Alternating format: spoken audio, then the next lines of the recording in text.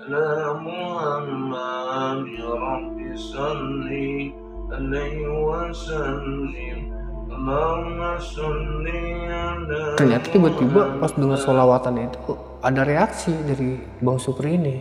Saya naikin ke atas langsung muter. Gila, merinding gua. Dari lorong stadion, gua ngeliat ada yang ngerangkak tapi kepalanya kebalik. Maksudnya kepala temen? Iya, kepalanya itu ngadepnya ke atas tapi badannya ke bawah. Kayak ngerangkak begini. Ngerangkak. Nah, saya coba teliti lagi, saya lebih jelas pengen tahu gitu, ini apa gitu kan. Pas saya udah mulai ngedeketin gitu, jarak sekitar 3 meter 4 meter itu, si sosok itu langsung retak gitu, ngeliat ke saya ngeliat ke dia ngeliat ke saya. Langsung saya nggak sadar di situ. Assalamualaikum warahmatullahi wabarakatuh. Balik lagi sama gua, Badri Kecok. Terima kasih buat teman-teman yang udah klik video ini. Semoga teman-teman di rumah dalam keadaan sehat walafiat, dilapar rezekinya dan dimudahkan segala urusan-urusannya. Amin amin ya robbal alamin. Dan juga nih buat teman-teman di rumah yang punya kisah pengalaman horor, jangan disimpan aja, langsung aja kirim kisahnya ke nomor WhatsApp itu tuh. Kuy kita merinding syahdu. Dan kali ini kita udah berhasil lagi nih sob buat menghadirkan salah satu narasumber yang pastinya bakal berbagi kisah pengalaman horornya. Nah, jadi beliau ini salah satu security atau keamanan yang ada di salah satu stadion yang ada di Jakarta. Nah, stadion kan banyak nih ya di Jakarta ini ya, dan salah satunya lah, dan kita nggak mau nyebutin nama stadionnya, yang pastinya stadion bola atau stadion banyak lah. Oke, langsung aja kita sapa tamu kita kali ini. Halo Bang, siapa namanya nih Bang? Saya Yudhistira Bang. Bang Yudhistira. Siap. Biasa dipanggil siapa nih? Yudis Bang. Bang Yudis. Siap. Oke, sekarang tinggal di mana Bang Yudis nih? Saya tinggal di Citayam Bang. Citayam, Bogor ya? Kota atau kabupaten maksudnya? Masuknya kabupaten Bang. Kabupaten Kabupaten. ya. Oke, jauh banget berarti ini sob. Terima kasih ya Bang Yudis ya, nyempetin waktunya Bang. nih. Nah, ini kejadian di awal tahun berapa nih Bang Yudis? Kejadian ini awalnya tahun 2020 Bang. Waktu zamannya pas Covid ya. Pas Oke, Covid 2020. siap. Berarti udah 4 tahun yang lalu lah ya kurang lebih ya. Betul Bang. Oke, siap. Tahan dulu Bang ya. Gak usah lama-lama lagi. Cari posisi ban terbaiknya, siapin kopi sama cemilannya. Yang lagi rebahan di kamar, jangan lupa tuh lampu kamarnya dimatiin biar makin syahdu. Langsung aja kita merinding syahdu.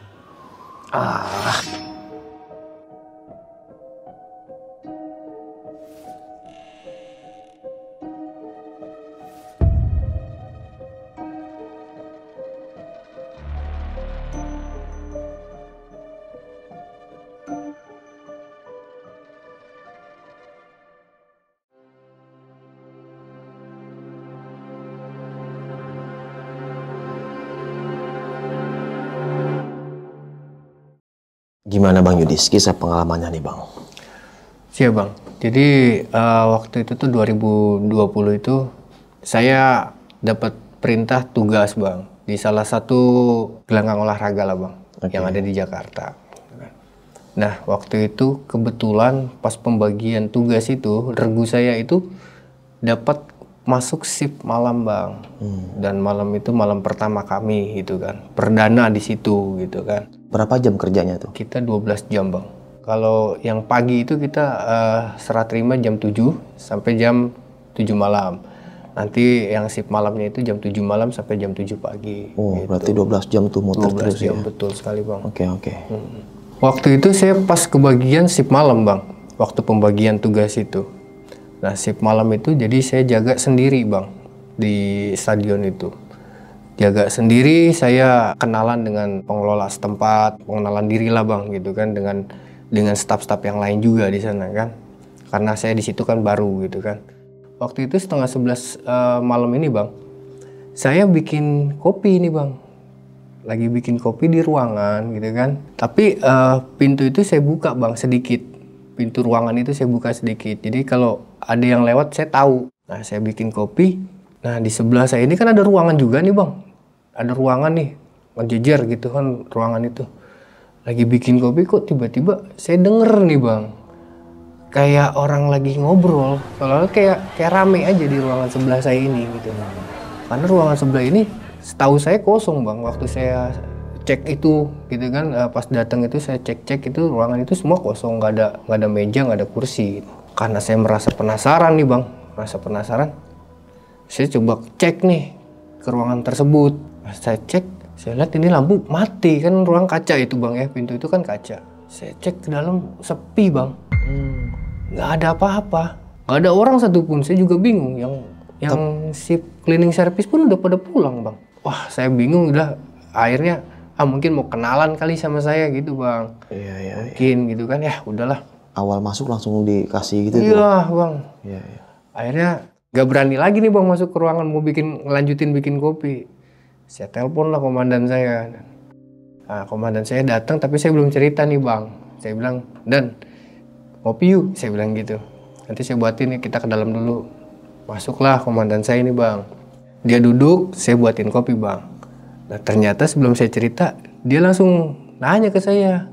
Dia bilang, Dis, di sebelah ada siapa kok rame? Wah berarti bukan saya doang nih, saya bilang gitu, yang rasain ini gitu. Nah komandan saya juga denger nih, saya bilang gitu. Gak ada siapa-siapa Dan. Masa gak denger sih, kata dia gitu. Ini rame loh, coba cek dulu Dis. Udah tadi saya udah cek kosong.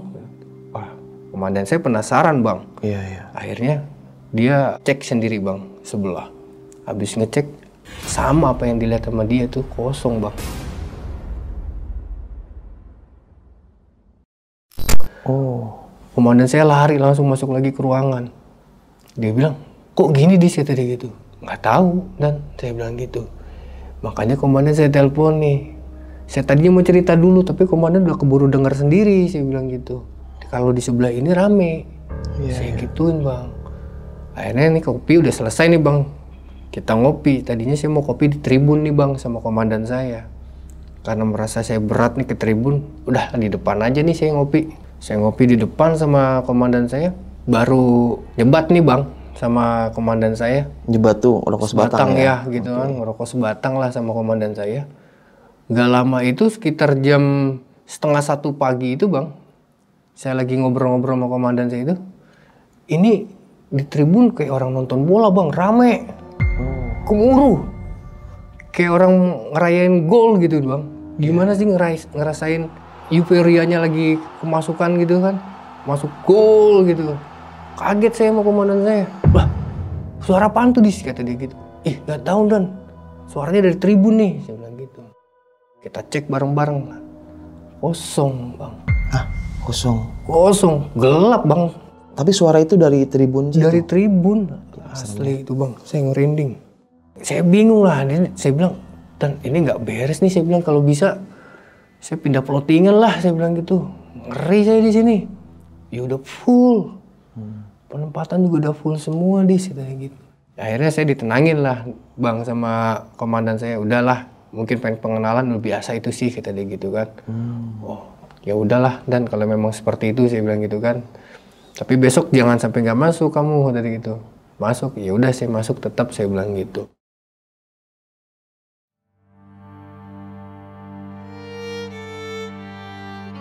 Besoknya itu bang, sekitar turun jaga lah jam 6:30 pagi, saya patroli lagi bang. Ngecek area, memastikan area itu masih aman dan terkendali bang, gitu kan. Nah, beberapa atlet mulai datang nih bang, gitu, untuk ngelakuin aktivitas latihan biasa lah gitu. Saya perkenalan dengan atlet-atlet gitu bang. Oh bapak yang baru ya, security baru, kata dia gitu. Ya betul, saya bilang gitu kan. Yang betah ya pak di sini. Mudah-mudahan, saya bilang. Mudah-mudahan saya betah nih mas, saya bilang gitu. Iya pak, kata dia gitu. Saya udah masuk malam kedua lagi tuh normal bang. Masuk malam kedua itu saya dari serah terima patroli itu aman. Nggak ada gangguan sama sekali, alhamdulillah bang ya. Normal lah gitu kan. Sampai komandan ngecek WA ke saya nih, WhatsApp saya. Aman gak Dis? Alhamdulillah aman Dan. Ada kayak seperti kemarin nggak, kata dia gitu. Nggak ada bang, saya bilang gitu. Aman, alhamdulillah, saya bilang gitu. Lu banyak-banyak sholawat, istighfar aja, kata dia gitu. Apa yang bisa lu baca ya lu baca dah, kata dia gitu. Oh siap, saya bilang gitu.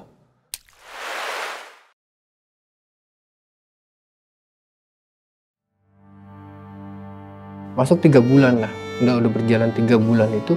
Waktu itu kan saya masuk malam lagi nih bang. Nah masuk malam ini saya kan patroli nih. Patroli rutin lah bang, kita memang security kan rutin per 2 jam sekali gitu kan, wajib patroli. Saya lagi patroli ke belakang, kebetulan memang saya berdua lagi nih sama komandan saya. Tapi nggak sampai ke belakang bang, saya ngeceknya. Dia bilang, Dis, gue sampai sini aja, gue mau ngecek area sini. Kamu nanti lanjut ke belakang, ke ruangan belakang. Oh baik, saya bilang gitu. Saya ngecek bang ke belakang. Ini mulai merinding nih saya bang, karena ada lorong itu lampunya kelap-kelip bang. Kayak mati, hidup lagi, redup lah gitu bang, redup gitu kan, nanti redup lagi.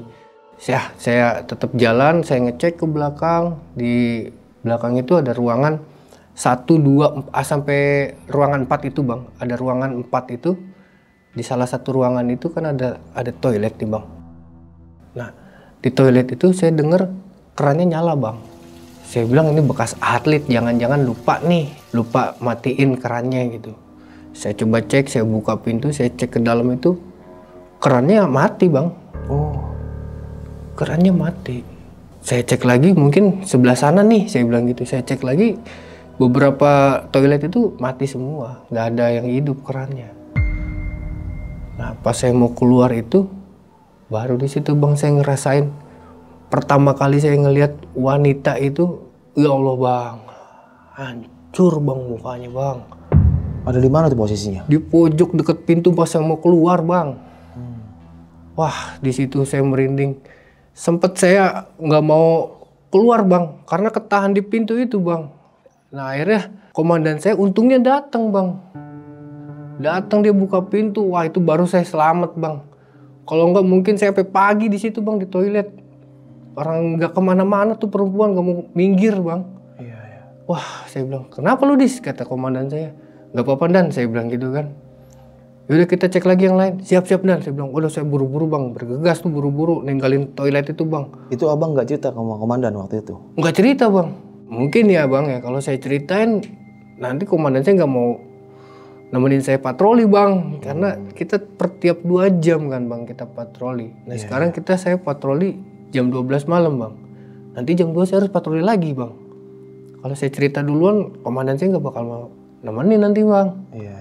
Nah setelah saya keluar dari toilet ini sama komandan saya masih kepikiran nih perempuan ini siapa gitu. Nah saya udah selesai semua ngecek dengan cepat gitu kan. Dengan cepatnya saya ngecek sama komandan saya, udah kita ke depan lagi. Akhirnya kita ngobrol lah di komandan saya. Tapi saya nggak ceritakan itu yang tadi saya lihat di toilet itu sama komandan saya. Nah akhirnya selesai, kita break sama komandan saya masuk ke ruangan lagi bang. Masuk ke ruangan tuh. Saya standby lagi kan di pos. Ya kan sampai alhamdulillah bang, sampai serah terima ini jam 7 pagi. Saya uploadan itu aman bang gitu. Tapi saya nggak ceritakan ini ke teman saya gitu yang si pagi ini.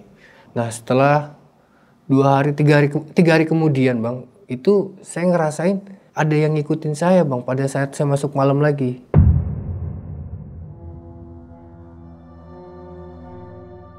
Nah kejadian itu jam 11 malam bang. Saya kan ngontrol depan dulu nih. Saya pastikan area depan ini aman.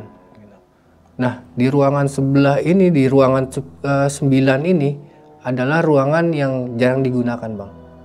Jarang digunain. Nah saya ngeliat kayak ada bayangan di dalam. Cuman saya pastikan lagi ini karyawan atau inilah gitu kan. Terkunci atau gimana, saya pastikan.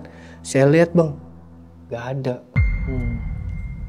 Saya pas balik badan, ngecek lagi ke ruang 10. Tapi di ruang 9 ini, begitu lagi. Saya dengar, sini. Jelas banget di kuping saya itu. Saya coba balik lagi ke sana. Sosok itu lagi. Yang perempuan yang di toilet kemarin. Oh yang cewek itu? Cewek itu nampakin lagi. Kayak mau ngasih pesan mungkin ke saya atau gimana gitu. Tapi yang setiap saya lihat itu ya dia terus. Nah udah, saya nggak mau panggil komandan lah. Akhirnya saya bodo amat, saya cek ke belakang sini, saya hirauin dulu dah. Saya lagi ngecek ke belakang, nyampe di ruangan ujung sudut. Itu nanti itu kan ada segitiga tuh bang. Ruangan untuk atlet, untuk ngeset barang gitu kan. Masuk ke sana, saya lihat di pojok itu ada anak kecil. Ada anak kecil, tapi nggak kemana-mana, sosoknya di situ aja. di situ. Tapi saya tahu ini bukan manusia bang, karena mustahil kalau buat saya jam segini. Udah saya akhirnya berani-beraniin diri dah, saya lewatin, tapi saya nggak cek, saya cuma ngelirik aja gitu, jalan aja lurus fokus. Itu si anak itu pakai baju apa waktu itu? Pakai baju piyama, kayak piyama tidur gitu. Iya. Piyama tidur. Saya atau cowok? Cowok. Kalau saya kira-kira mungkin usianya 8 tahunan lah. Nah saya habis ngecek semuanya aman, aset-aset yang saya cek itu aman bang, saya pastikan ini aman, ruangan sudah semua terkunci. Saya balik lagi ke pos depan. Nah di pos depan ini saya ngerasa itu nggak ada kendala lagi nih. Akhirnya saya putuskan, ada body cover datang dari tim respon ini, datang lah gitu kan, ngobrol ngopi gitu kan bang, biasalah gitu. Nah kita main lagi itu patroli sekitar jam 4 pagi bang. Oke. Sekitar jam 4 pagi itu. Nah saya nggak berani nih bang untuk patroli sendirilah, nggak berani saya bilang gitu, karena tadi patroli yang tadi aja saya udah ngeliat seperti ini gitu. Saya trauma, masih trauma bang gitu kan. Akhirnya saya telepon lah teman saya nih, ya kan, si Indra ini.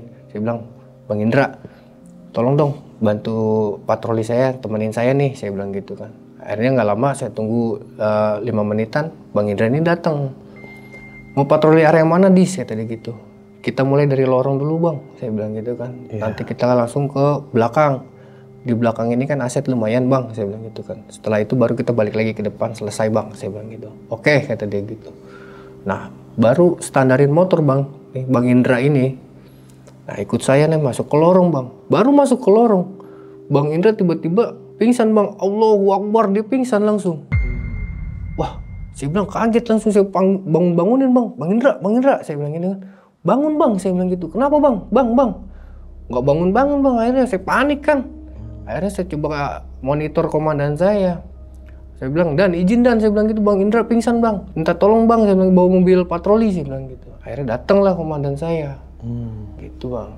Datang, akhirnya kita gotong lah ke ruangan nih si Bang Indra ini. Disadarin lah bang, pakai minyak wangi kayak minyak kayu putih gitu. Habis selesai, dia bangun. Bang Indra kenapa bang? Saya bilang gitu tadi. Kok tiba-tiba pingsan? Nah si Bang Indra ini diem aja bang, gak mau cerita dia. Sampai kita ini udah masuk pagi nih bang, udah mau serah terima. Tapi Bang Indra ini masih melamun bang. Jadi selama dia pingsan itu sampai dia sadar, sampai saya serah terima jam 7 pagi ini, Bang Indra masih begitu aja bang, gak mau cerita. Ya akhirnya kita bawa ke posko lah, gitu kan, karena kita udah serah terima. Nah, di posko itu Bang Indra nggak tahu lah sama komandan kita, ditanya-tanya atau gimana. Nah akhirnya saya pulang lah bang. Setelah saya pulang, nah kan libur tuh bang saya. Nah masuk pagi itu saya ngobrol sama Bang Indra. Pas saya jam makan siang jam 12 siang itu, saya kan di cover bang. Di cover ngobrol sama Bang Indra. Bang Indra, saya mau nanya nih. Kemarin Bang Indra pas di lorong kok pingsan, kenapa ya? Nah dia baru cerita tuh bang. Dia bilang pas masuk ke lorong itu, dia ngeliat itu ada sosok tinggi gede berbulu bang, di bawah tangga itu. Wah, dia nggak kuat mental, akhirnya gue pingsan di situ, udah nggak inget lagi kayak gitu. Oh, dia ngeliat sosok itu? Iya, sosok itu. Gue bilang, saya nggak pernah bang ngeliat itu bang sini. Serius dis, saya ngeliat dia. Dan ini pertama kali saya pengalaman ngeliat seperti itu. Oh, pertama kali dia? Pertama kali Bang Indra, makanya sampai ngejengkang, kalau kita bilang semua. Ngejengkang dia sampai pingsan, nggak sadar. Masih kalau ini saya bilang loadingnya agak lama pas ngeliat itu tuh. Diajak ngobrolnya tuh agak lama gitu. Prosesnya itu. Dia nanya nih Bang Indra ke saya, kamu nggak ngeliat dis, kata dia gitu. Saya nggak ngeliat apa-apa.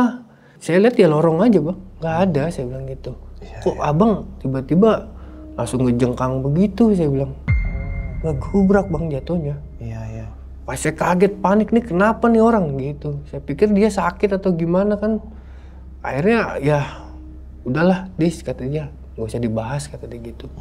Oh iya bang, kalau gitu kalau nggak usah dibahas, saya bilang gitu. Anggap aja mungkin perkenalan kali ya sama saya nih, kata dia gitu. Iya bang, masalah sama Bang Indra ini saya anggap udah nggak ini lagi lah bang, gitu kan.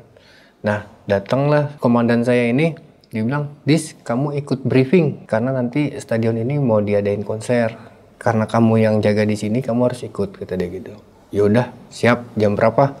jam 4 sore, oh siap, saya bilang gitu.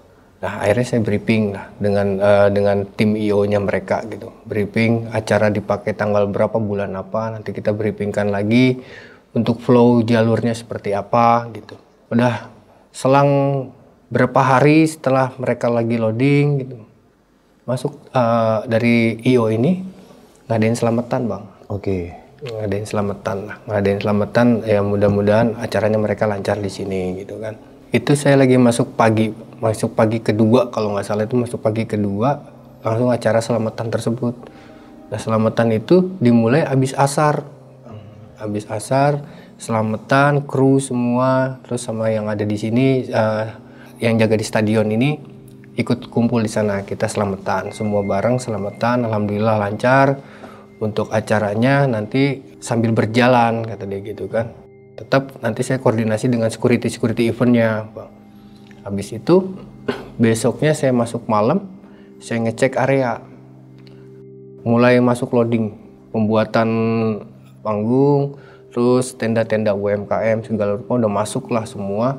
Nah pagi ini kan saya kalau setiap ada event ini kita nahan apa nih? Nahan dari waktunya jam kerja jam 12 jam itu kita bisa nahan karena area kita ini kan dipakai bang gitu kan, jadi nggak langsung pulang gitu, jadi kita nahan dulu serah terima karena yang kita serah terima ini banyak gitu sama tim yang masuk pagi ini.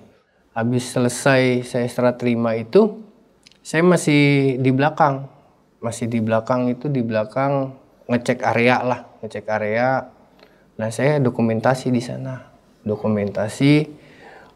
itu ada rigging panggung tersusun rapih di situ, dan di sini ada pekerjanya lagi istirahat pagi itu jam 8:30 pagi lah. Nah tiba-tiba saya habis foto sebelah sana bang, mau foto ke sebelah sini, itu tiba-tiba rigging itu ambruk jatuh, nggak ada sebab, nggak ada angin, nggak ada apa, itu tiba-tiba ambruk aja jatuh. Dan itu semua pekerja bangun. Dia nanya, ini kenapa bang? Oh saya nggak tahu, saya bilang gitu. Tadi juga kan bapak ini ngelihat saya cuma dokumentasi doang, terus tiba-tiba ini ambruk. Rigging itu apa pak? Rigging itu tiang panggung. Itu kan berat, itu satu rigging itu mungkin 2-3 orang baru bisa keangkat. Dan ini ambruk dari susunan rapi itu, berapa tingkat itu ambruk langsung. Tuh kaget saya tuh bang. Baru tuh ngalamin kayak gitu tuh. Akhirnya saya serah terima lah sama tim saya yang pagi. Saya bilang saya izin pamit, dilanjutin lah sama teman saya. Dicoba Hari keempat mereka lagi cek sound, tiba-tiba nih genset sound mati bang. Jam berapa itu udah cek sound? Cek sound itu kalau nggak salah sekitar jam 10 malam. Oke. Tiba-tiba mati, soundnya mati itu. Jadi untuk genset yang lain hidup, kalau genset sound mati bang. Nggak ngerti, mungkin dari tim IO punya orang pinter atau gimana, didatangkan lah bang. Oke. Bisa didatangkan, mungkin dibaca-baca atau apalah, saya nggak ngerti sih bang. Hidup lagi gensetnya. Hamin 2 itu aman bang. Hamin 2 itu kita patroli itu aman semua, nggak ada laporan dari tim mereka nih, tim yang IO ini nggak ada laporan ke kita. Nah, akhirnya Hamin 1 itu pas kebetulan saya masuk pagi bang, pagi pertama itu. Masuk pagi pertama itu saya ngecek ke belakang karena area belakang ini yang dipakai gitu. Nah, saya ketemu dulu dengan security eventnya, saya ngobrol, bang gimana, ada masalah nggak? Saya bilang gitu, ada kendala nggak? Alhamdulillah nggak ada bang, kata dia gitu. Oke bang, kalau gitu saya izin, saya patroli lagi. Saya ngecek, set semua sudah selesai. Nah jam 4 sore ini ada laporan bang ke saya. Pak, kata dia gitu, bisa ke belakang sebentar, kata dia gitu. Oh yaudah, saya ke belakang. Nah saya dengar laporan katanya ada yang kesurupan bang. Siapa yang kesurupan? Infonya sih dari orang genset bang. Kesurupan, tapi pas saya ke belakang itu udah selesai bang kesurupannya. Akhirnya saya buat ditulis lah di buku mutasi. Tadi ada laporan jam sekian gitu, saya tulis. Nah pas saya mau serah terima nih bang, udah mendekati ke jam 7 malam ini. Nah teman saya kan datang nih bang, yang masuk malam.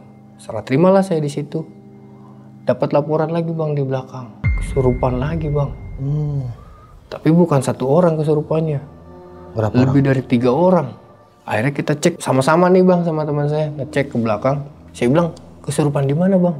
Itu bang di tenda, kata dia gitu. Di tenda.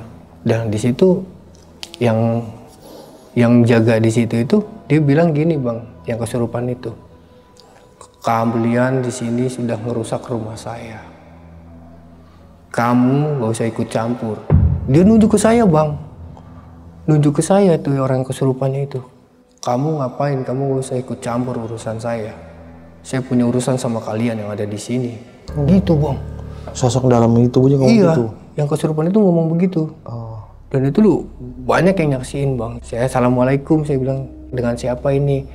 Kok seperti ini? Ada apa? Saya bilang gitu kan. Mereka sudah ngerusak rumah saya. Gitu bang ngomongnya. Mohon maaf, saya bilang gitu. Saya perwakilan dari mereka karena saya yang jaga di sini. Saya bilang gitu kan. Mohon maaf, saya bilang kalau memang ada kesalahan dari kami, saya minta maaf. Memang kesalahannya apa? Saya bilang gitu. Kok sampai seperti ini? Saya bilang gitu bang. Akhirnya dia nggak terima kalau rumahnya itu dikotorin. Banyak sampah mungkin di sana bang. Gitu kan. Terus kamar mandinya banjir. Bekas pekerja mungkin pada mandi di sana atau gimana gitu bang. Ya intinya sih mereka mengizinkan bang. Tapi dengan catatan kalian itu harus jaga tempat saya di sini gitu. Ya udah akhirnya saya ngobrol, ini keluar bang. Udah sadar lah semua gitu kan, sadar semua, briefing lah mereka ini, tim mereka briefing lagi bang gitu kan. Ya saya nggak diajak karena ini kan internal mereka gitu bang. Ya udah akhirnya saya bilang saya patrolikan lagi aja lah, saya bilang itu serah terima sama yang jaga pagi. Bang saya bilang saya pamit ya. Abang lanjutin tugas kan, saya bilang gitu kan, masuk malam. Oh iya, kata dia gitu. Udah selesai bang. Jam 10 malam itu bang, saya baru nyampe rumah. Ditelepon bang sama teman saya yang jaga malam di situ. Dis, balik lagi coba ke kantor, kata dia gitu. Ada apaan bang? Saya bilang gitu. Coba lu balik lagi deh, kata dia gitu. Wah, perasaan saya nggak ada enak nih bang. Ada apa ya? Apa ada kehilangan ini aset? Saya bilang gitu. Apa gimana? Soalnya kan banyak orang gitu di situ. Akhirnya saya izin lah sama istri saya balik lagi ke tempat kerja bang. Oke. Ketemulah sama teman saya. Ada apa bang? Saya bilang gitu. Kok saya ditelepon ke sini? Saya bilang gitu. Ke belakang dulu deh, kata dia gitu. Kita ke belakang, kita ngobrol dulu, kata dia gitu. Saya ikut bang. Ke belakang. Ternyata di belakang itu bang, ada yang kesurupan lagi 1 orang. Tapi nggak bisa keluar-keluar bang. Oh. Itu kesurupannya dari pertama abang masih di rumah? Itu informasi dari teman saya, kesurupannya dari habis sholat isya, habis ajan isya bang. Oh, sampai abang datang masih kesurupan? Masih, nungguin saya bang. Terus. Nungguin saya bilang, assalamualaikum, waalaikumsalam cucu. Dia manggil saya cucu bang. Saya berhadapan dengan siapa, saya bilang gitu. Dia hanya senyum bang. Kamu udah dikasih kepercayaan sama saya. Kenapa kamu seperti ini? Nggak dijaga rumah kamu. Wah saya kaget bang. Nggak dijaga maksudnya nggak dijaga dari apa ini? Saya bilang gitu kan. Kenapa rumah kamu kotorkan seperti ini? Gitu. Ternyata saya cek itu emang sampah di mana-mana bang. Iya. Jadi pas tadi itu kesurupan itu sampah belum dibersihin lagi bang. Ternyata dia negor lagi mungkin. Saya bilang ya udah saya mau izin keluar dari raga ini, kesian ibu ini, saya bilang gitu kan. Badannya udah terlalu lemas, saya bilang gitu kan.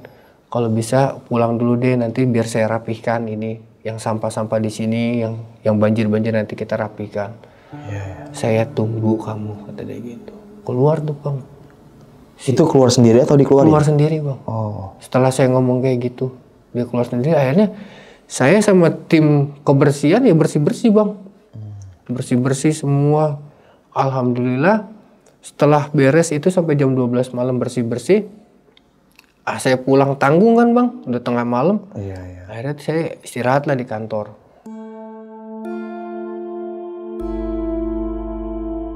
Paginya itu sekitar jam 5:30 itu dapat laporan dari security event. Bang, tolong ke belakang sebentar, kata dia gitu.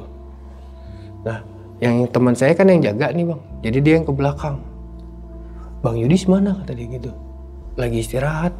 Oh, Bang Yudi suruh ke belakang deh. Saya ke belakang lagi bang. Nah pas ke belakang lagi itu bang, si posisi orang yang kesurupan itu yang semalam itu manggil saya, ngobrol berdua bang. Si ibu-ibu yang semalam ini Ibu nih? itu. Oke. Nah ternyata ibu itu sensitif bang. Oh. Sensitif ke hal-hal seperti itu, yang berbau-bau seperti itu dia sensitif. Dia bilang, Pak, bantu saya, cover saya di sini, jangan kemana-mana. Karena Bapak doang nih yang bisa pegang badan saya, kata dia gitu.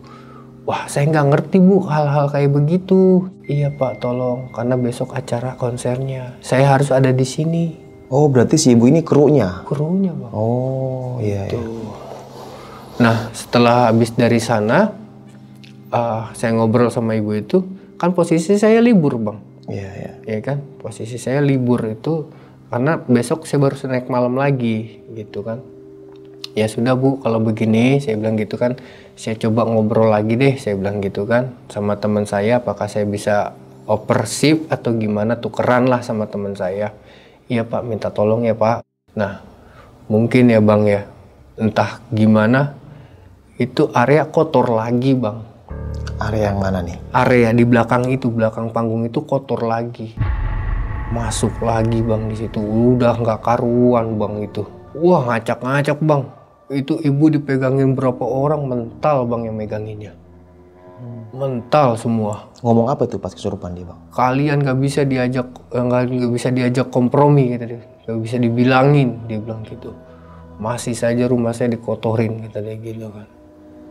Mana-mana kata dia gitu, mana-mana kata dia. Ditanya mana-mana.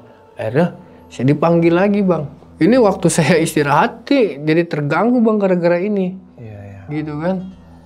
Nah, saya balik lagi ke situ. Wah, saya dicekek Bang. Dia bilang kamu nggak bisa ngejaga amanah. Saya bilang amanah apa? Saya bilang gitu kan. Saya nggak tahu apa-apa. Saya bilang gitu kan. Saya datang ke sini ini kan tugas kerja. Amanah mana yang saya langgar, saya bilang gitu. Wah, akhirnya datanglah orang pintar yang dari pihak ini Bang, pihak acara ini. Oke. Datang nenangin lah apa gimana gitu Bang. Berapa orang tuh yang datang tuh Bang? 1 orang Bang, laki-laki Bang. Ustadz dia Bang.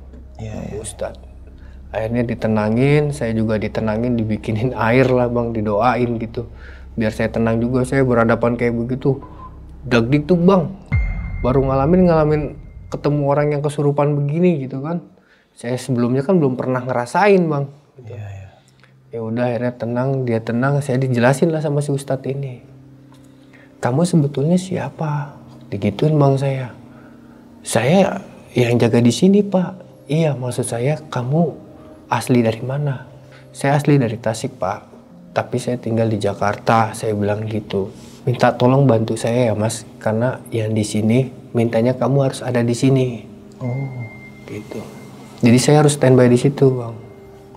Ya fungsinya saya standby di sini untuk apa ya Pak? Saya bilang gitu. Kan saya nggak tahu kerjaannya apa, saya bilang gitu. Ya intinya kamu bantu saya, pantau saya. Kalau memang di sini ada yang kotor-kotor, kamu tegur aja langsung kata dia gitu. Pekerjanya kamu tegur aja, jangan buang sampah sembarangan gitu. jadi nambah job desk ngurusin kebersihan. Betul Bang. Oke. Gara-gara yang kesurupan itu Bang. Iya. Aduh, saya bilang, ya udahlah, saya bilang, saya ikutin aja arahan. Yang penting ini acara mereka lancar gitu kan.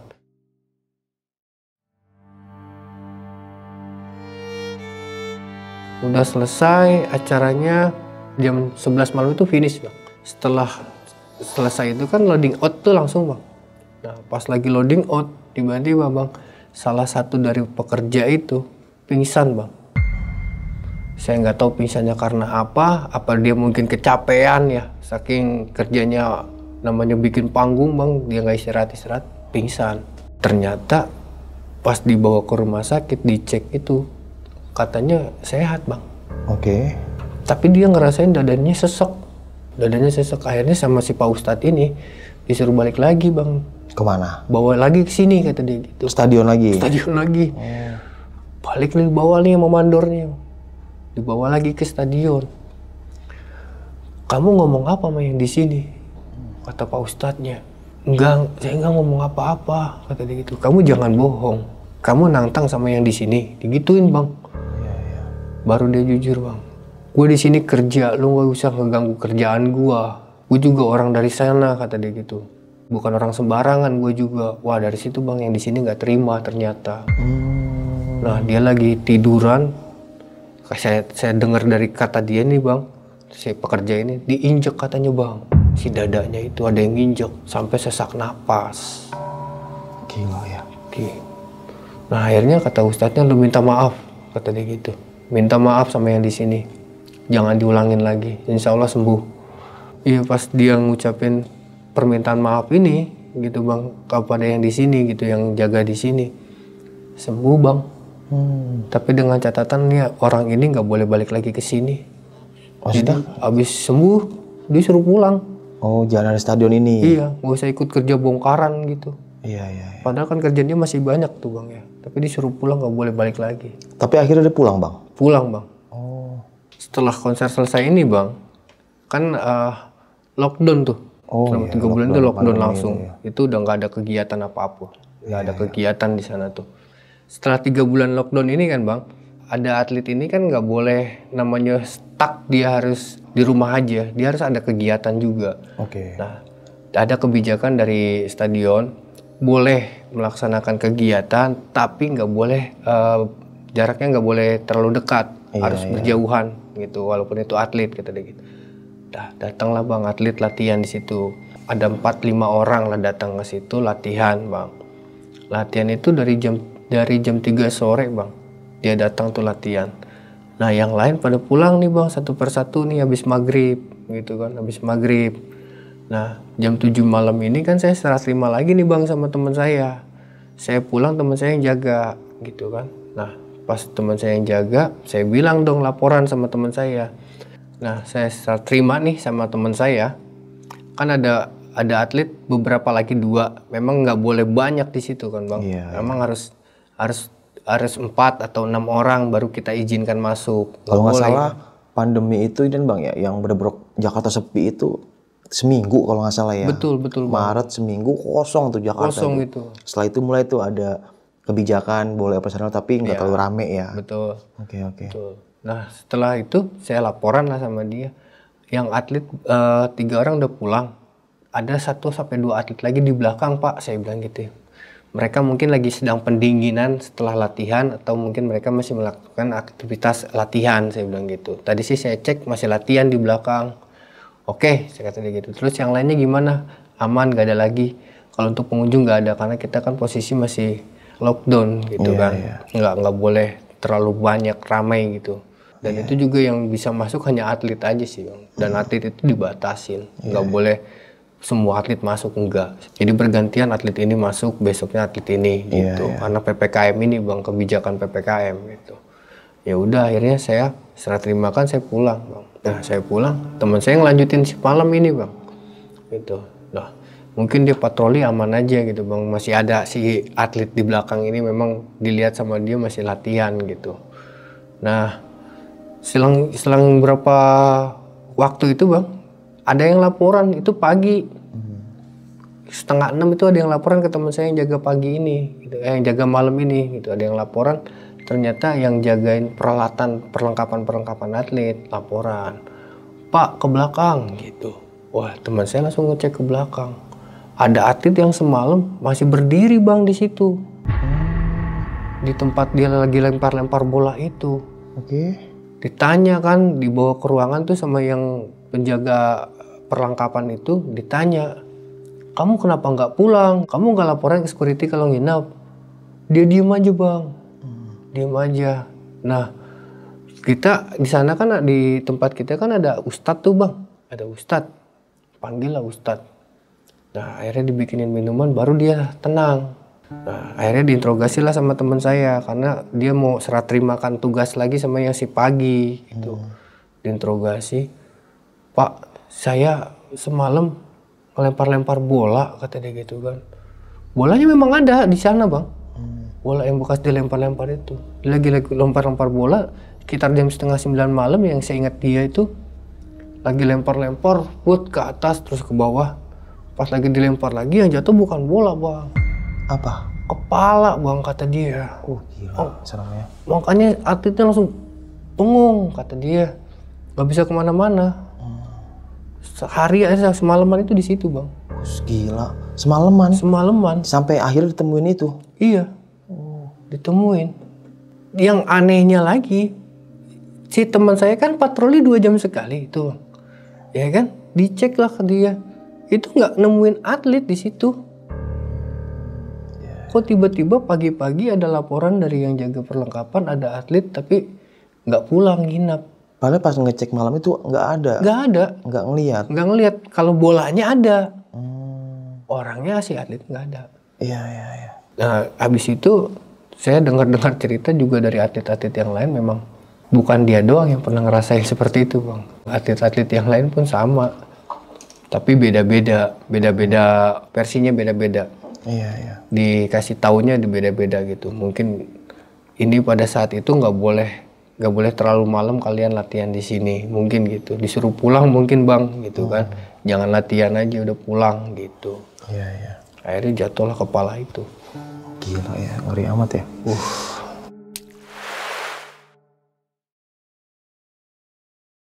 Masuk 2022 akhir ini kan udah ada kebijakan dari pemerintah nih bang, ya kan, untuk PPKM ini. Ya udah bebas tuh, udah mulai bebas tuh. Lah, udah normal lah bang. WFH juga karyawan udah mulai normal lagi aktivitas gitu kan. Nah, saya dapat undangan juga dari tim IO sama dari pihak pengelola. Kita meeting bareng sama promotor sama IO gitu bang. Katanya mau ngadain konser lagi gitu. Ya udah, akhirnya kita ikut meeting sama mereka. Mereka visit, mereka cek area lagi gitu, ngecek untuk stage-nya di sebelah mana, ininya sebelah mana, kata dia. Ya udah beres semua, biasalah bang. Mereka ngadain selamatan lah. Sebelum mengadain acara tersebut, mereka ngadain selamatan. Sudah selamatan, semuanya beres, ya kan. Ini kejadian lagi bang. Pas banget itu teman saya yang lagi jaga shift malam. Gimana kejadian ini? Pada saat loading in barang hari pertama. Nah kejadiannya itu, jadi si mobil itu nggak bisa belok bang. Mobil yang bawa barang itu harusnya belok ke kiri masuk ke tempat loading, itu nggak bisa bang. Lurus, malah nabrak pohon bang. Yang kata si supirnya ini bang, saya udah belok tapi kok kenapa tiba-tiba di depan pohon bang. Jadi si mobilnya nabrak pohon bang. Untung nggak kenapa-napa itu si supir sama keneknya itu bang. Ya udah akhirnya bikinlah laporan berita acara ya dari teman saya ini. Ya udah akhirnya si mobil kita turunin semua barang-barangnya di situ, mobilnya diderek lah bang. Nah teman saya ini kan yang jaga malam nih, jaga malam ini dia kontrol ke belakang, udah dikontrol semua, laporan sama security event di sana. Dia balik lagi bang ke depan nih. Tiba-tiba si security event ini lagi ngobrol sama teman saya di belakang. Teman saya ditawarin kopi sama si jaga security event ini. Iya, iya. Pak mau ngopi nggak? Kalau mau ngopi saya beli ke depan. Nah security event ini ke depan beli kopi. Nah pas lagi mau ngelewatin depan pos kita, ada teman saya lagi nulis mutasi kegiatan gitu. Lah, Pak kok ada di sini? Kata dia gitu. Kan tadi bukannya di belakang, apa kopinya taruh di sini? Kopi apa? Digituin sama teman saya. Lah tadi bapak minta kopi mas saya di belakang. Lah saya dari tadi di sini nggak kemana-mana. Dicek lagi bang ke belakang, ada. Masih ada. Si teman saya ada di belakang. Oh bingung, akhirnya dibikin 2 nih. Yang satu ke depan, yang satu di belakang. Laporan ada dua-duanya. Di depan ada, di belakang ada. Akhirnya teman saya pas ke belakang, nah yang di belakang ini nggak ada. Pas diajak teman saya yang lagi di depan, itu dibawa ke belakang, yang di belakang nggak ada. Gila seremnya. Akhirnya udah selesai, masuk ke subuh itu aman, semua aman. Saya masuk pagi. Saya masuk pagi, saya serah terima, dia cerita. Nah, habis serah terima itu dia cerita sama saya, semalam kejadiannya gini Dis, kata dia gitu. Yang tadi abang ceritain itu kejadian kayak gitu? Betul. Wah, ya bener bang. Kok bisa saya bilang gitu? Abang ada 2, gimana ceritanya sih? Gue juga nggak ngerti. Tapi itu security bilangnya ngelihat gue di belakang. Padahal gue di sini di pos lagi nulis. Wah, aneh nih bang. Iya makanya. Udah, gue balik deh kata dia gitu. Oh ya udah, saya ngelanjutin bang. Saya patroli, saya biasalah ngobrol bang sama security pun sama yang kerja buat panggung segala rupa gitu. Saya berarti security beda-beda bang ya? Ada security event sama yang venue, yang punya wilayah. Iya. Oh, bahasanya IO. Security IO. Kalau abang maksudnya security apa? Gedung. Oh beda ya berarti ya? Kalau saya khusus untuk ke jaga aset aja bang. Oke, kalau mereka acara. Oh oke. Tanggung jawabnya acara ya mereka dia. Gitu. Kalau saya pokoknya kalau ada kerusakan gedung, aset gedung ya saya minta pertanggungjawabannya ke dia. Berarti kayak konser misalkan tiket itu urusan dia tuh ya? Urusan dia, betul. Ya saya ngobrol lah sama mereka di belakang itu sambil ngopi-ngopi gitu bang. Ngopi-ngopi, saya ngecek. Alhamdulillah nggak ada apa-apa, nggak ada kendala gitu kan. Sampai saya serah terima lagi ke shift malam pun, alhamdulillah nggak ada kendala gitu bang. Yang saya bingung ini setiap teman saya yang jaga malah bang, ada aja gitu kendalanya tuh. Dia pas lagi patroli malam itu bisa serah terima pagi, itu kan nggak ada apa-apa. Nah dia naik malam jam 11 malam ini di lorong sebelah kanan itu bang. Pas lagi ngecek pakai senter, itu kelihatannya kayak tumpukan bangku, tapi bukan tumpukan bangku. Dia penasaran nih teman saya, dideketin lagi sama dia. Nah pas udah deket tiang itu bang, dia kan mau ngecek mau digituin ke senter. Pala barongsai bang, langsung begini. Jadi teman saya ngeliat begini, pala barongsai ngeliat begini, jadi tatap-tatapan bang. Pingsan teman saya bang, pingsan di situ. Untungnya ada kru yang event. Terus akhirnya diapain tuh dia? Dibawa ke ruang medis, kan di event itu ada ruang medis bang. Dibawa lah. Tapi dia nggak cerita, dia nggak berani cerita itu bang. Karena kan posisinya tempat kita lagi dipakai untuk kegiatan tersebut. Tapi dia ceritanya sama komandan saya sama teman-teman lah gitu kan. Kok lu bisa sampai pingsan begitu, gimana ceritanya gitu. Ya bang, baru kali ini gue ngalamin tugas selama di sini nih tugas. Baru kali ini gue ditongolin. Gitu. Gila, saya bilang. Konser udah selesai bang, untuk masalah konser ini udah selesai semua. Alhamdulillah berjalan dengan lancar. Masuk 2023 itu saya bawa temen untuk kerja di salah satu stadion di tempat saya. Gitu. Jadi apa tuh? Security juga bang. Oh, security juga gitu kan. Dulu memang teman deket bang gitu kan. Nah, namanya Bang Supri. Oke. Nah, Bang Supri ini alhamdulillah diterima nih bang di tempat saya nih gitu kan. Tapi pos plottingannya nggak bareng sama saya. Dia posnya di sebelah sana gitu. Mungkin saya juga ngerasa sensitif ya bang ya. Pernah ngerasain sensitif juga nih. Ada aura nggak enak gitu yang saya rasain kalau deketan sama dia nih gitu bang. Iya. Nah akhirnya saya coba ngobrol sama komandan saya, dan kalau bisa nanti malam Bang Supri bawa ke sini deh, saya bilang gitu. Saya pengen tahu nih ada apa sih di badannya, saya bilang gitu. Nah akhirnya datanglah. Setelah datang itu ke stadion saya duduk di ruangan sama komandan saya. Saya bilang, Bang, saya ngerasa nggak enak nih. Abang juga ngerasa nggak enak kan, saya bilang gitu. Iya sih, kata dia gitu. Sebetulnya ada apa sih bang? Saya bilang gitu kan. Ini mah saya coba lihat dulu deh bang ya, saya bilang gitu. Saya nggak bisa apa-apa, cuma saya bisa ngerasain nih bang. Kayaknya ada yang aneh di badan abang nih. Nah akhirnya saya coba telepon lah. Guru ngaji saya telepon. Saya bilang, Assalamualaikum abah, saya bilang gitu kan. Izin abah, ini saya mau minta pendapat dari abah, saya bilang gitu kan. Ini teman saya badannya seperti ini bah. Saya video call bang. Video call sama abah saya nih. Pas saya liatin nih, saya video call kan si abah sama Bang Supri ini. Kata abah, coba kamu baca Al-Fatihah. Untuk Bang Suprinya suruh bersih-bersih dulu, suruh wudu, kata dia gitu. Oh iya bah, kamu pandu aja nanti, suruh baca ini baca itu. Oh ya udah bah. Saya suruh Bang Supri ini, Bang Supri izin Bang Supri wudu dulu deh, saya bilang gitu. Dia nggak mau bang. Kayak ngerasa berat gitu badan tuh, kayak nggak mau lu ngapain sih gitu. Iya. Tapi akhirnya dituntun sama komandan saya ke musola tuh ngambil air wudhu. Habis ambil air wudhu, saya dudukin di sini di bawah tuh bang. Saya dudukin, saya bilang, abang baca istighfar kalau nggak sholawatan lah ya bang, saya bilang gitu kan. Saya minta tolong sama komandan bantu sholawatan ya, saya bilang gitu bang. Kita sholawatan bang.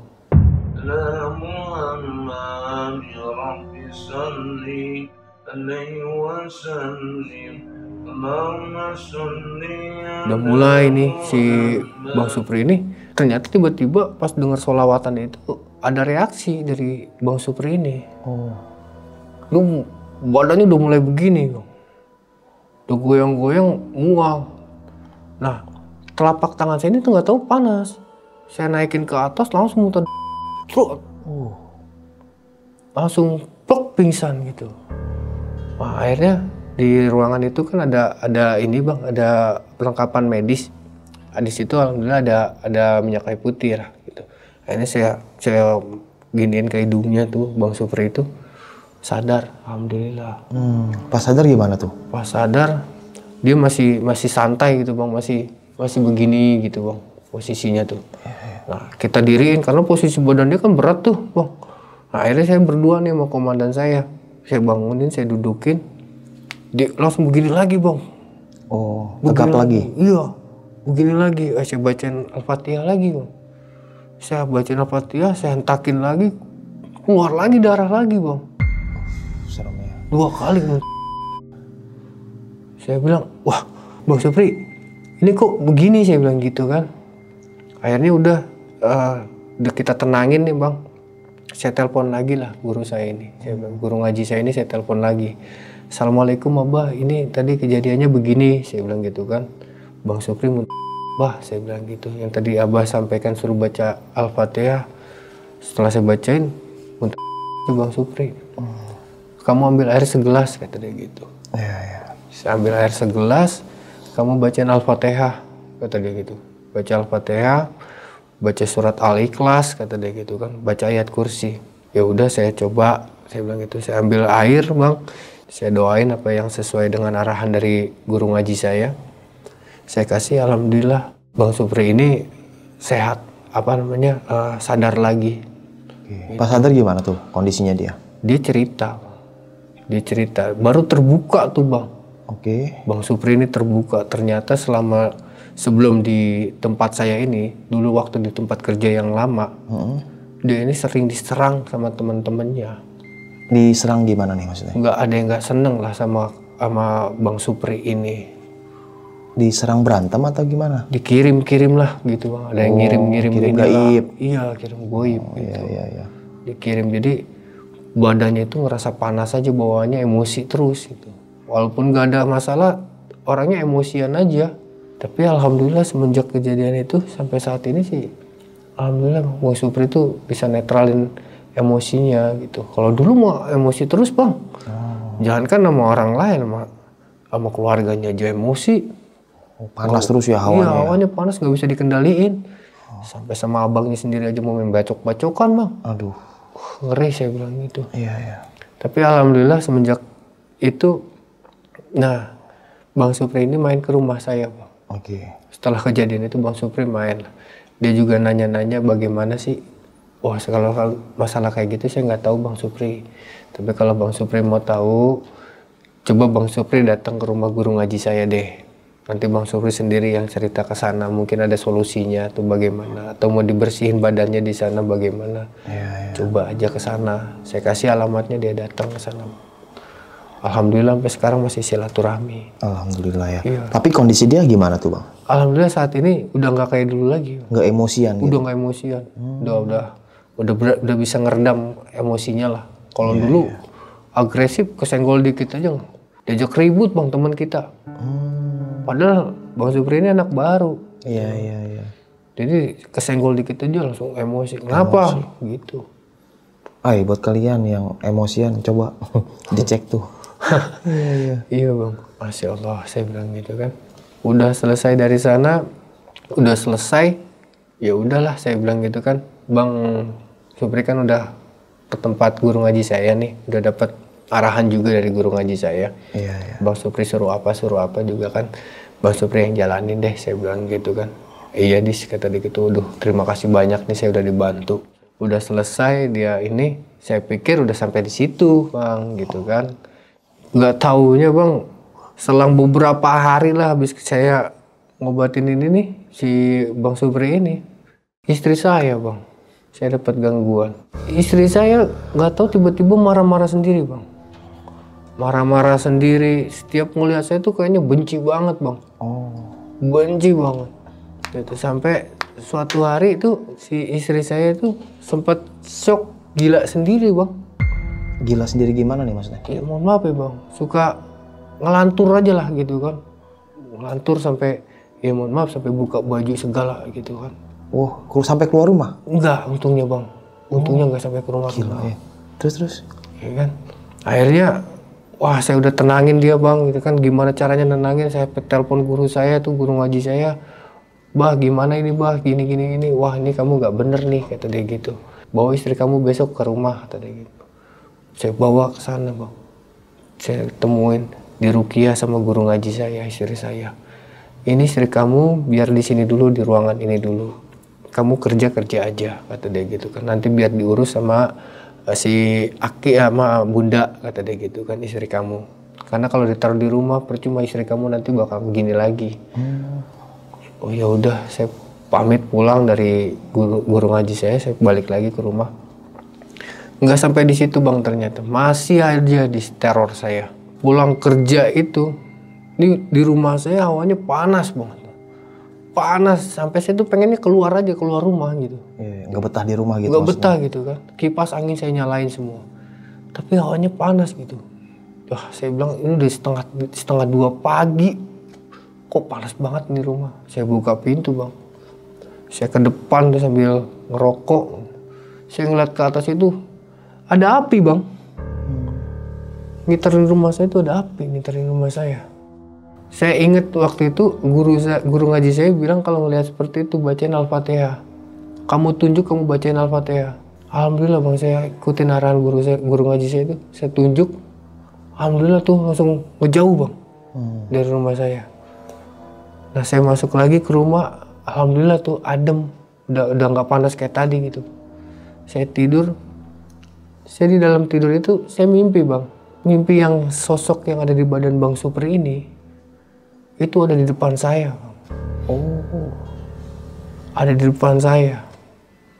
Dia ngomong begini bang sama saya. Kamu gak usah ikut campur. Anak ini saya mau bawa. Saya bilang, siapa yang mau dibawa? Saya bilang gitu kan. Teman kamu yang kemarin. Kenapa kamu ikut campur?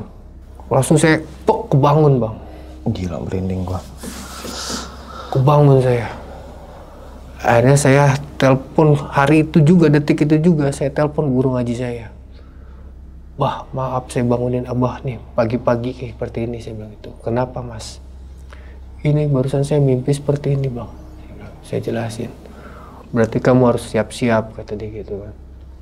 Siap-siap untuk apa nih bah? Saya bilang gitu kan.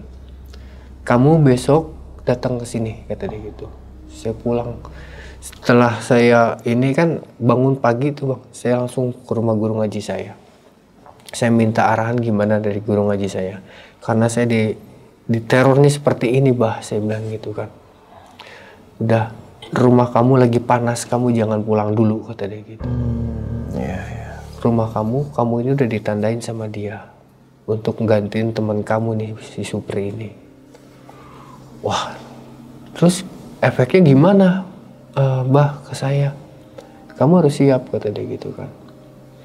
Ya udah, akhirnya saya dimandiin lah sama si abah. Sama guru ngaji saya dimandiin, saya dibacain ayat-ayat suci Al-Quran, di Rukiah lah gitu bang. Di Rukiah, alhamdulillah saya nggak ada reaksi di situ bang, nggak ada mual, nggak ada ini. Biasanya habis kalau di Rukiah itu ada reaksi bang, mual, entah kesurupan atau gimana gitu. Iya. Udah kamu pulang aja nggak apa-apa, bismillah, kata dia gitu. Nah saya ketemu lagi nih Bang Supri. Bang Supri itu datang ke rumah saya sama istrinya. Oke. Datang ke rumah silaturahmi, saya ngobrol lama sama Bang Supri. Bang, maaf bang, saya bilang gitu kan. Yang selama ini di badan abang, ternyata neror saya nih bang. Wah, kok bisa dis? Saya juga nggak tahu. Yang abang rasain gimana bang saat ini? Saya bilang gitu. Aman sih, nggak ada ini itu. Istrinya pun bilang sama. Bang Supri udah alhamdulillah nggak ini lagi, gitu deh, nggak emosian lagi bang, kata dia gitu. Nah sekarang ke saya nih bang. Nah, udah ngobrol-ngobrol panjang lebar sama Bang Supri. Setelah ngobrol sama Bang Supri ini, saya dalam mimpi saya itu kemimpiin lagi si sosok ini bang. Tinggi gede, matanya merah. Itu kemarin itu nggak kelihatan sosok mata merah yang waktu mimpi saya yang pertama. Nah ini pas mimpi yang kedua ini, itu bener-bener sosoknya itu kayaknya deket banget bang, dan matanya merah. Matanya merah, tanduk ini taring itu sampai bawah. Taring sampai bawah. Dan yang saya heran, di belakang saya ini ada semacam ulama bang. Di belakang saya ini. Jadi si sosok itu malah ngejauh dari saya bang. Ngejauh gitu. Kamu jangan ngancam cucu saya, digituin bang. Kalau kamu ngancam cucu saya, kamu berhadapan dengan saya. Tuh. Terus si sosok itu langsung ngilang sendirinya bang. Iya. Semenjak itu udah los, nggak ada, alhamdulillah nggak ada teror-teroran lagi. Setelah mimpi itu? Setelah mimpi itu bang. Kalau sebelumnya yang kemarin-kemarin bang, bukan hanya dalam mimpi aja. Rumah saya itu temboknya ada yang ngegedor. Duk gitu. Nggak pagi, nggak siang, nggak malam. Selalu digedor bang. Gila sih, merinding aing. Pas kejadian, alhamdulillah pas kejadian dalam mimpi itu, yang abisnya dari rumah guru ngaji saya itu, si sosok ini ternyata ngelihat sosok yang di belakang saya ini ada sosok ulama yang nunjuk dia suruh pergi, dan sosok itu langsung pergi. Pas ditunjuk begitu pergi bang. Iya. Langsung jauh. Tadinya deket bang, deket banget sama saya, langsung tiba-tiba langsung mundur. Sampai saat ini ya begitu aja bang. Udah berlalu nih bang, udah alhamdulillah dah, saya udah tenang gitu kan masalah Bang Supri ini gitu kan. Iya. Nah di 2024 ini ada anggota baru bang, ceritanya nih. Oke. Di tempat kerja saya ini. Sebagai apa itu dia? Keamanan juga. Keamanan juga. Nah si anak baru ini posnya deket banget sama saya. Tempat jaga dia. Nah pas kebetulan kan kita kalau istirahat gantian bang sama dia, gitu kan. Nah dia istirahat duluan, jam 2 itu kan dia balik lagi ke pos nih, giliran saya istirahat gitu kan. Iya. Nah pas dia lagi standby nih bang, itu dari lorong, itu ada yang jalan bang, ngerangkak. Tapi kepalanya si sosok ini, kepalanya ngebalik begitu bang, madep ke atas kepalanya. Nah ini teman saya yang jaga di pos itu ngeliat bang, posisi dia lagi keluar ngerangkak itu, dia ngeliat, dia nyaksiin, dia mastiin itu apa sih gitu. Pas lagi diliatin begini, tiba-tiba tuh si sosoknya itu langsung ngebalikin badan, prok gitu. Jadi teman saya ngeliat dia ngeliat dia, langsung jengkang bang, langsung ngejengkang di situ. Udah nggak sadar apa-apa tuh bang. Pas ngejengkang itu kan ada tim patroli lagi cek area di situ. Ngeliat ada security jatuh di situ. Akhirnya disamperin, dideketin, dibangunin, disangkanya tidur di situ bang. Iya. Bangunin, pas bangun tapi dia nggak linglung. Ini di mana gua gitu. Yang di mana gitu. Lalu ngapain di sini gitu. Akhirnya dibangunin lagi, setelah dibangunin, dinaikin lah ke mobil, ditanya lah di posko, kenapa, ada apa, jelasin lah bang. Dari lorong stadion, gue ngeliat ada yang ngerangkak tapi kepalanya kebalik pak, kata dia gitu. Maksudnya kepala gimana? Iya kepalanya itu ngadepnya ke atas tapi badannya ke bawah. Kayak ngerangkak begini. Ngerangkak. Gila sebenarnya. Nah saya coba teliti lagi, saya lebih jelas pengen tahu gitu, ini apa gitu kan. Pas saya udah mulai ngedeketin gitu, jarak sekitar 3 meter 4 meter itu, si sosok itu langsung retak gitu, ngeliat ke saya ngeliat ke dia ngeliat ke saya. Langsung saya nggak sadar di situ, pak, katanya gitu. Wah serius? Iya. Nah ternyata dari salah satu tim itu udah pernah ngerasain ngelihat sosok itu juga. Oh, iya. Tuh cuman dia nggak berani cerita ke tim yang lain. Gitu. Nah ini anak baru yang ceritain. Nah setelah habis dia cerita, hari itu juga jam 4:30 pagi itu dia izin pulang bang. Mau komandan izin pulang, ya udah akhirnya sama komandan diizinkan pulang. Mau dianterin atau nggak usah, dia bilang gitu. Dia izin pulang, ya udah sampai itu dia nggak balik lagi tuh bang, nggak masuk kerja lagi. Gila, serem amat ya. Soalnya udah ditelepon sama komandan juga nggak diangkat teleponnya, aktif tapi nggak diangkat. Akhirnya komandan ngambil keputusan telepon ke kantor pusat minta pergantian orang untuk ganti si anak ini. Nah udah selesai itu kan masuk di 2025 nih bang. Awal 2025 itu sekitar tanggal 2 saya ngajuin resign bang. Saya pamitan sama komandan, saya izin resign, nggak lanjut di sini. Oh berarti Bang Yudis ini ada 4 tahunan? Ada 4 tahun. 2020 awal banget ya? Betul. Januari ya? Betul. Sampai 4 tahun kurang lebih ya? Kurang lebih 4 tahun bang. Stadion itu emang serem sih bang kalau malam tuh. Saya tahu banget itu stadion. Gelap banget minta ampun. Luar biasa bang. Gokil sih. Nah nih bang, kalau untuk security nih ya bang Yudis, tim abang nih, entah security event, entah security gedung ya, pernah gak bang ada yang kesurupan? Kalau selama saya tugas di sana sih belum pernah bang. Selama 4 tahun ini gak ada ya? Gak ada. Alhamdulillah ya. Alhamdulillah. Oke. Gak ada yang kesurupan security. Terus selama abang jadi security di sana, kan pasti event macam-macam lah, namanya stadion kan. Iya. Random lah, entah buat acara inilah, bazar lah, apalah, konser atau bola lah ya. Di sana kalau paling capek tuh ketika acara apa bang? Konser bang. Konser. Konser. Bola enggak? Bola, konser. Paling capek tuh. Paling capek. Dan itu. Capeknya gimana capeknya? Iya, namanya kita ngejaga masa bang. Yang biasanya cuman datang itu 10.000, 20.000. Ini kalau ada kegiatan seperti itu bisa puluhan ribu kan? Puluhan ribu ya. Bisa 80.000 penonton. Tapi pernah gak bang selama ada kegiatan seperti itu abang mendapatkan hal-hal yang menarik? Contohnya kayak nangkep maling lah atau apalah gitu. Kalau selama ini sih paling laporan-laporan yang barang-barang ketinggalan aja sih bang. Barang ketinggalan? Iya. Seperti apa tuh misalkan? Ya tas, handphone ketinggalan pada saat ngecas di salah satu venue. Itu aja sih bang, nggak ada sih yang namanya kita nangkep ini belum sih. Belum ya? Belum.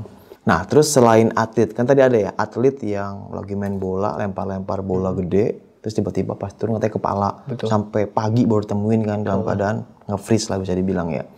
Ada lagi gak bang atlet-atlet yang ngelihat sosok-sosok atau kesurupan lah? Kalau selama saya tugas nggak ada, baru itu doang. Tapi kalau emang kisahnya di stadion itu dari pengelola saya kan dulu kan pengelola saya ini kan security di situ. Itu sering bang. Sering apa? Sering kejadian banget itu. Kesurupan? Bukan kesurupan, nongolin malah. Oh nongolin. Nongolin. Iya, karena kan stadion kalau malam sepi. Sepi banget. Bahkan setiap hari sepi ya bang ya? Ya sepi banget. Iya kegiatan kan kayak bola, konser kan jarang-jarang gitu. Betul, kan. Lebih seringnya kosong ya? Lebih banyak kosong. Oh, kalau malam gimana bang? Hawanya yang abang rasain? Ketika abang kontrol? Kalau dulu panas bang. Panas? Panik, takut. Oh. Kalau sekarang enggak. Udah terbiasa udah kali terbiasa gitu. Jadi kalau ada dengar suara ini pok-pok udah biasa aja. Iya. Kadang malah saya samperin. Gitu. Mau ngapain saya bilang gitu. Mau ngajak komunikasi saya bilang gitu. Kita ngobrol duduk manis di sini saya buatin kopi. Nah terus nih bang Yudis, pahit manisnya ya kan namanya kerjaan atau hidup lah pasti ada pahit dan manisnya lah bang ya. Iya, Bang. Nah kita pengen nanya nih sebagai keamanan, pahitnya dan manisnya. Pahitnya dulu dah, menjadi security itu apa tuh? Nggak enak lah, bukan pahit, nggak enaknya. Waduh bang, kalau dibilang security ya, security itu tempatnya salah bang. Tempatnya salah. Betul. Maksudnya? Kita bener aja salah, apalagi salahnya bang. Kita tugas bener nih, udah ngikutin prosedur, masih disalahin. Apalagi kita salah, makanya security disebutnya banyak yang bilang tempatnya salah. Siap salah gitu? Siap salah. Gitu ya? Walaupun kita bener, posisi kita bener nih, tetap aja salah bang. Nah ini kan abang jaga 12 jam ya? Iya. Nah itu 12 jam tuh lama gak sih waktu bang? Kalau buat di tempat saya yang stadion nggak terasa sih bang, Nggak terasa ya? karena ada banyak aktivitas kan. Oh, iya. Beda sama mungkin yang kalau jaganya di perkantoran atau gedung kosong mungkin gitu bang ya kan. Waktu mungkin terasa lama karena nggak ada aktivitas gitu. Oke. Kalau manisnya nih, kan tadi pahitnya tuh ya siap salah lah ya bahasanya. Iya, siap salah. Kalau manisnya, enaknya gitu lah. Apa tuh jadi security? Enaknya itu jadi security, ya mohon maaf bang, kalau ada apa-apa gampang koordinasi kita. Oke. Kalau untuk pekerjaan sendiri? Pekerjaan sendiri ya mungkin udah mendarah daging kali bang ya kalau untuk saya. Dari security ini udah mendarah daging. Jadi jiwa keamanan lah. gitu maksudnya? Iya. Jiwai, walaupun saya sekarang udah resign juga jiwa security saya masih pengen ngelamar lagi malah. Iya. Pengen ngelamar kerja lagi. Jadi security lagi pengennya. Ada rasa kangennya lah gitu bang. Iya. Mau jaga bareng teman-teman lagi gitu. Luar biasa emang security. Kan kalau kata teman-teman yang udah pernah cerita gitu ya, security itu bang ya jaga maling, ya keamanan lah ya, biar nggak ada maling, nggak ada hal-hal yang negatif, sama sering ditampakin setan lah intinya gitu. Nangkap maling kalau nggak ngeliat setan. Iya betul. Kali kontrol nggak ada maling nih, ada setan yang nongol gitu kan. Itu bang, yang paling berkesan selama saya jadi security bang. Salah satunya itu waktu saya jaga di bar. Oh di bar. Di bar mana nih? Di Blok M bang. Blok M. Iya, dan itu kerusuh bang. Jadi yang mabuk orang ya mabuk, terus yang sebelah sana nggak terima, dari pihak sebelah sana juga nggak terima. Oh akhirnya berantem tuh. Ya, Terus abang gimana tuh cara nangahinnya? kita ngelerai bang, ngelerai nggak taunya masuk lah ke perut saya bang. Apa tuh? Pisau bang, Aduh. masuk 5 cm perut. Iya, resikonya ya. Serem amat ya. Iya. Terus kondisi abang gimana waktu itu? Nggak berasa bang, Nggak berasa. tapi darah ngucur terus. Oh. Karena kita panik kan, kita harus ngelerai juga, tetap harus ngelerai. Terus abang dibawa ke rumah sakit atau enggak? Enggak, saya dibawa ke posko, langsung ditaburin pakai ini aja bang, kopi pahit. Aduh.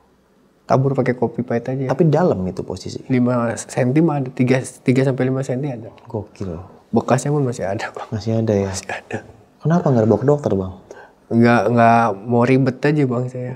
Apalagi kalau udah berurusan sama, jarum bang. Iya. Enggak dah. Ini gokil juga nih orang. Orang sakit dia ngopi. Ih, kasih kopi masih saya tabur bang. Kering sendiri alhamdulillah. Aduh, ekstrim banget bang. Aduh. Oke, mungkin itu sekian nih kisah pengalaman yang dalam sama Bang Yudis ini. Bisa kita ambil segi positifnya, buang jauh-jauh negatifnya. Ya, setiap pekerjaan pasti punya resiko lah.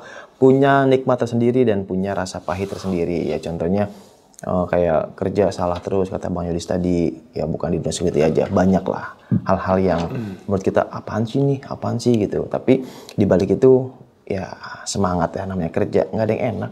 Tidurnya capek, apalagi kerja ya kan. Ingat ada keluarga yang nunggu di rumah dengan senyummu, dengan rasa sehatmu, panjang umurmu, dan pastinya dengan rezekimu yang dari pekerjaan itu.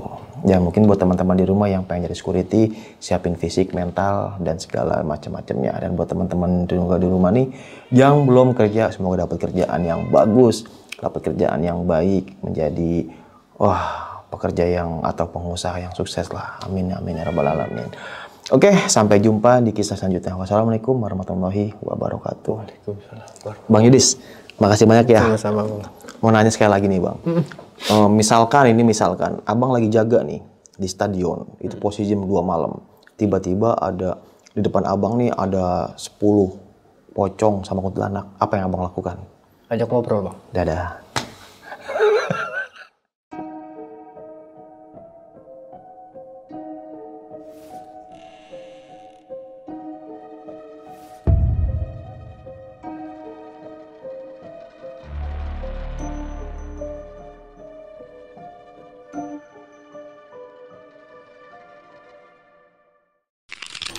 Buat kalian yang punya pengalaman horor, langsung aja chat ke nomor 0877 1671 53372.